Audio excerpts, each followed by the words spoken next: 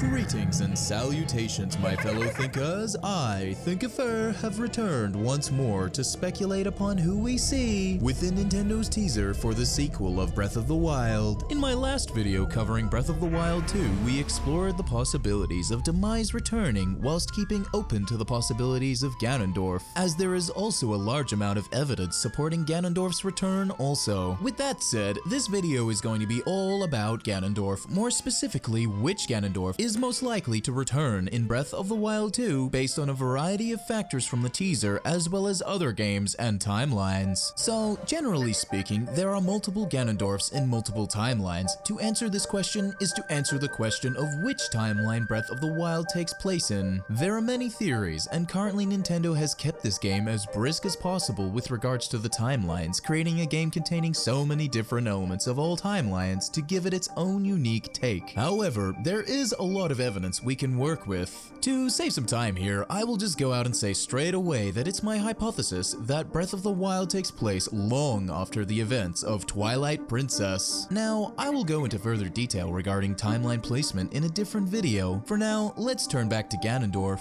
The reasoning behind why the corpse we see is most likely Ganondorf from Twilight Princess is for a variety of reasons. Firstly, one of the most obvious points we can look at is where the hand on the chest of Ganondorf is. It's clearly on the chest regions where Link impaled Ganondorf with the Master Sword. Now the thing is, we see Ganondorf fall, and ultimately he most likely died that way. We know that the Master Sword, Blade of Evil's Bane, has sealing powers, and as I mentioned in my previous video, Link wields the Master Sword, calling upon its powers through the Sword Spirit Phi. It's possible that after Link, the hero of Twilight, defeated Ganondorf, the Hylians took his body and tried to keep Ganondorf sealed away in a state of near death permanently to keep him from reincarnating. If this is true, it makes a lot of sense. Calamity Ganon is basically just one big phantom Ganon, and the Blight Ganons are just another creation born from Ganon's rage and malice. Hey, whilst I've got you here, did you know that I have a whole bunch of other videos? Go check them out in the card I've linked, and if you're interested in seeing more content, you should subscribe. Now, back to the video. Whilst we're on the subject of malice, we can clearly see malice pouring out from the same location of the chest wound where Link impaled Ganondorf with the Master Sword. The malice we see, though it is somewhat different, I believe it could be a combination of the Twilight and Ganondorf's dark magic, as they behave in a similar way. Almost anything that comes into contact with the Twilight becomes corrupted and transformed into monsters controlled by the host wielding its power. It even corrupts the lands. Where malice is concerned, however, it also corrupts landmass, monsters, and machinery, and allows its user control over them. I speculate that the reason malice brings harm towards Link and the Twilight does not has to do with how Ganondorf changed the Twilight into something of his own form, his malice. Perhaps using the Triforce of Power and his dark magic, Ganondorf altered the Twilight for his own purposes, or perhaps he simply borrowed the idea and created something similar as a means of fighting whilst entrapped in his sealed body. In Twilight Princess, when Link, the hero of Twilight, confronts Ganondorf, we see that he uses the power of the Twilight to possess Zelda and attack Link. He is also able to teleport in much the same way as Midna using the Twilight. There are so many similarities to the Twilight as there is to malice, and if my speculation is correct, I think it would be really cool if Nintendo elaborated further in the sequel of Breath of the Wild on how Ganondorf created the malice from the Twilight. One other interesting thing to note about Twilight Princess is that Ganondorf admits he drew power from the anguish and hatred of others, reforming his powers. It's possible that he used his powers of malice and his influence with it to create enough disharmony, fear, anguish, resentment, and anger amongst the people of Hyrule that he was able to reform his powers, and that's why he is able to break the seal placed upon him. It's an interesting idea, and I might just cover that in another video. To conclude though, there is a lot of evidence suggesting that Ganondorf from Twilight Princess is the most likely and strongest of candidates out of all of them to return within Breath of the Wild sequel. If I missed anything, or you have a different idea of which Ganondorf you think will return, let me know in the comments below. If you enjoyed the video though, drop me a like and subscribe for more videos and updates. Oh yeah, and apparently YouTube's weird and funny sometimes with updates, so you may want to hit the bell icon too. Anyhow, it's been fun, thinkers. I'm gonna go chill and play some video games. See you all on the flip side. Bye!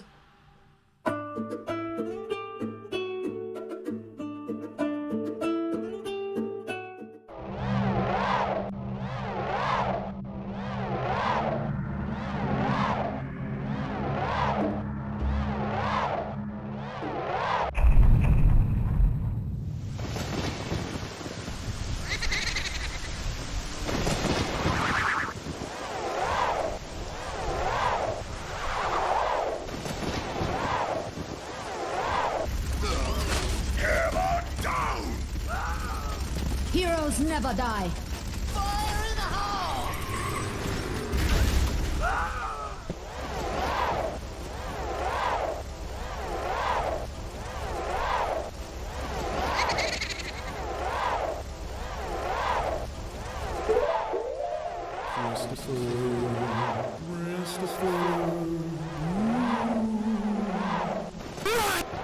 I'm haunting you.